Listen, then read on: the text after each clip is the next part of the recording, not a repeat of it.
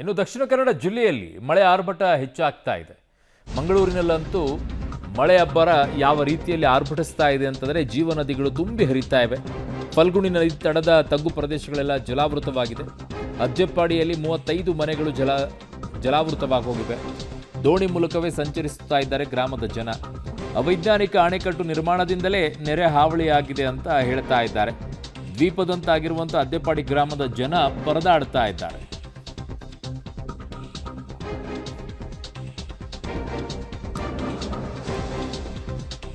ನೋಡಿ, ಹಲವು ಪ್ರದೇಶಗಳು ಇದೇ ರೀತಿಯಾದಂಥ ಸಮಸ್ಯೆಯನ್ನ ಅನುಭವಿಸುತ್ತವೆ. ಕೆಲವು ಕಾಮಗಾರಿಗಳಿಂದಾಗಿ ಈ ರೀತಿಯಾಗಿ ಆಗ್ತಾ ಇದೆ ಅಂತಿದ್ದಾರೆ. ಮುಂಚೆ ಈ ರೀತಿ ಇರಲಿಲ್ಲ. ಅಲ್ಲೊಂದು ಕಾಮಗಾರಿ ಮಾಡಿದ ನಂತರ ನೀರಿನ ಹರಿವು ನಿಂತು ಹೋಗ್ಬಿಟ್ಟಿದೆ. ಹಾಗಾಗಿ ಅದು ಡೈವರ್ಟ್ ಆಗಿ ನಮ್ಮ ಕಡೆಗೆ ಬರ್ತಾ ಇದೆ ಅಂತ ಹೇಳಿ ಇದು ಅಜ್ಜಪ್ಪಾಡಿ ಗ್ರಾಮದ ಜನ ಪರದಾಡ್ತಾ ಇರುವಂಥ ರೀತಿ. ಇಡೀ ಊರಿಗೆ ಊರೇ 35 ಮನೆಗಳು ಜಲಾವೃತವಾಗಿರುವಂತಹ ದೃಶ್ಯವನ್ನು ನೀವು ನೋಡ್ತಾ ಇದ್ದೀರಾ.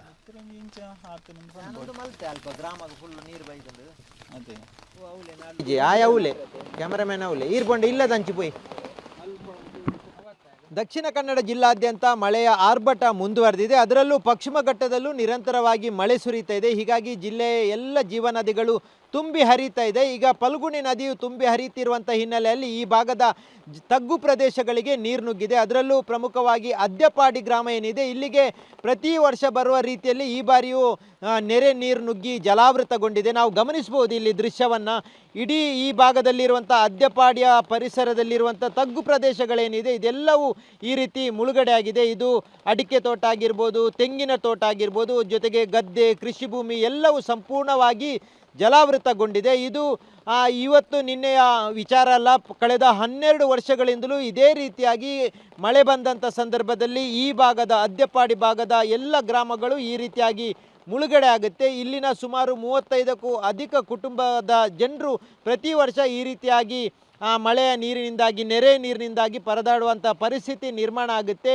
ಈ ಭಾಗದಲ್ಲಿರುವಂಥ ಮರವೂರಿನ ಡ್ಯಾಮ್ ಏನಿದೆ, ಇದೊಂದು ಕುಡಿಯುವ ನೀರಿನಿಗಾಗಿ ಮಾಡಿರುವಂಥ ಡ್ಯಾಮು. ಈ ಡ್ಯಾಮು ಅವೈಜ್ಞಾನಿಕವಾಗಿರುವಂಥ ಹಿನ್ನೆಲೆಯಲ್ಲಿ ಈ ರೀತಿಯಾದಂಥ ನೆರೆ ಪ್ರತಿ ವರ್ಷ ಬರುತ್ತೆ ಅನ್ನುವಂಥ ಒಂದು ಮಾತು ಇಲ್ಲಿನ ಸ್ಥಳೀಯರು ಹೇಳ್ತಾ ಇರುವಂಥದ್ದು. ಕಾರಣ ಇಷ್ಟೇ, 12 ವರ್ಷಗಳ ಹಿಂದೆ ಈ ಡ್ಯಾಮನ್ನು ಮಾಡಿದಂಥ ಸಂದರ್ಭದಲ್ಲಿ ತಳಭಾಗದಲ್ಲಿ ಹೆಚ್ಚಿನ ಡ್ಯಾಮ್ಗೆ ಬಂದ್ ಮಾಡಲಾಗಿದೆ. ಈ ಕಾರಣಕ್ಕಾಗಿ ಮಳೆ ಬಂದಂಥ ಸಂದರ್ಭದಲ್ಲಿ ಅದನ್ನು ತೆರೀಲಿಕ್ಕೆ ಸಾಧ್ಯ ಆಗೋದಿಲ್ಲ.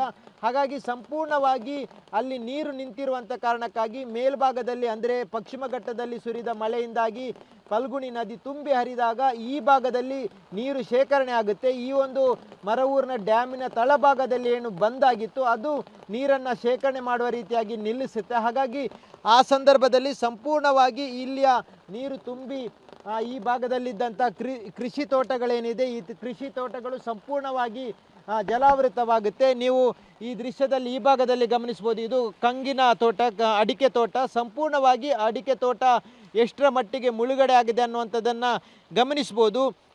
ಮಳೆ ಆರಂಭ ಆದ ದಿನಗಳಿಂದ ಈ ಭಾಗದ 35 ಕುಟುಂಬಗಳು ಇದೇ ರೀತಿಯಾಗಿ ನೀರಿನಲ್ಲೇ ಜೀವನ ಸಾಗಿಸಬೇಕಾಗುತ್ತೆ. ಅವರಿಗೆ ಸಂಪರ್ಕ ಸಂಪೂರ್ಣವಾಗಿ ಕಡಿತಗೊಳ್ಳುತ್ತೆ. ಅವರಿಗೆ ಯಾವುದೇ ರೀತಿಯಾಗಿ ರಸ್ತೆ ಇಲ್ಲ. ನಾವೀಗ ಏನು ದೋಣಿಯಲ್ಲಿ ಹೋಗ್ತಾ ಇದ್ದೇವೆ, ಈ ದೋಣಿ ಸಂಪೂರ್ಣವಾಗಿ ರಸ್ತೆ ಮೇಲೆ ಹೋಗ್ತಾ ಇದೆ, ಆದರೆ ನೀರಿನಲ್ಲಿ ಹೋಗ್ತಾ ಇರುವಂಥದ್ದು. ಅಂದರೆ ಅಷ್ಟೊಂದು ದೊಡ್ಡ ಪ್ರಮಾಣದ ನೀರು ಈ ಭಾಗಕ್ಕೆ ಬಂದಿರುವಂಥದ್ದು. ಇಲ್ಲಿನ ಸ್ಥಳೀಯರು ಇದ್ದಾರೆ, ಅವರನ್ನು ನಾವು ಮಾತಾಡಿಸುವ. ಸರ್, ಪ್ರತಿ ವರ್ಷ ಈ ರೀತಿಯಾದಂಥ ಸಮಸ್ಯೆ ನಿಮಗೆ ಇರುತ್ತೆ. ಏನು ಸರ್ ಸಮಸ್ಯೆ ಇದು? ಇದು ಮರವ ಡ್ಯಾಮ್ ಆದ ನಂತರ 12 ವರ್ಷದಿಂದ ಇದೇ ಪರಿಸ್ಥಿತಿ ನಮಗೆ. ಯಾಕಂದರೆ ಮರವ ಡ್ಯಾಮ್ನಲ್ಲಿ ಮಳೆಗಾಲ ನೀರು ಹೋಗುವಂಥ ವ್ಯವಸ್ಥೆ ಇಲ್ಲ. ಅದಕ್ಕೆ ಒಂದು 3 ಫೀಟಿದ್ದು ಕಿಂಡಿ ಮಾಡಿ ಅದರಲ್ಲಿ ಮಳೆಗಾಲದ ನೀರು ಹೋಗೋದಿಲ್ಲ. 8 ಫೀಟ್ ಬೆಡ್ ಮಾಡಿ ಬಿಟ್ಟಿದ್ದಾರೆ. ಅದರ ಕಾರಣ 12 ವರ್ಷದಿಂದ ಇದೇ ಪರಿಸ್ಥಿತಿ ನಮಗೆ. ಯಾಕಂದರೆ ನಾವು ಎಲ್ಲ ಇಲಾಖೆಗೂ ಅರ್ಜಿ ಎಲ್ಲ ಕೊಟ್ಟಿದ್ದೇವೆ. ಅವರು ಹೇಳೋದು ಮಾತ್ರ ಇಷ್ಟರ ತನಕ ಏನೂ ಆಗಲಿಲ್ಲ. ಅದಕ್ಕೆ ಒಂದು ಎಮರ್ಜೆನ್ಸಿ ಗೇಟ್ 2 ಬದಿಯಲ್ಲಿ ಮಾಡಿದರೆ ಮಳೆಗಾಲದ ನೀರು ಸರಾಗವಾಗಿ ಹರಿದು ಹೋಗ್ತದೆ ಅಂತ ಇದನ್ನು ನಾವು ಇಷ್ಟರ ತನಕ ಬೇಡಿಕೆಯನ್ನು ಇಟ್ಟಿದ್ದೆವು. ಇಷ್ಟರ ತನಕ ಆಗಲಿಲ್ಲ. ಹೋದ ಸಲ ನಮ್ಮ ಉಸ್ತುವಾರಿ ಬಂದಿದ್ದಾರೆ, DCC ಎಲ್ಲ ಬಂದಿದ್ದಾರೆ ಮಾಡುವ ಅಂತ ಹೇಳಿದ್ದಾರೆ.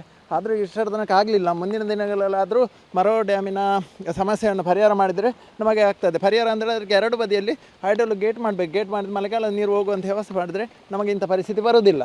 ಹಾಗೆ ಮಾಡಬೇಕಾಗಿ ನಾವು ವಿನಂತಿ ಮಾಡೋದು ಅಷ್ಟೇ.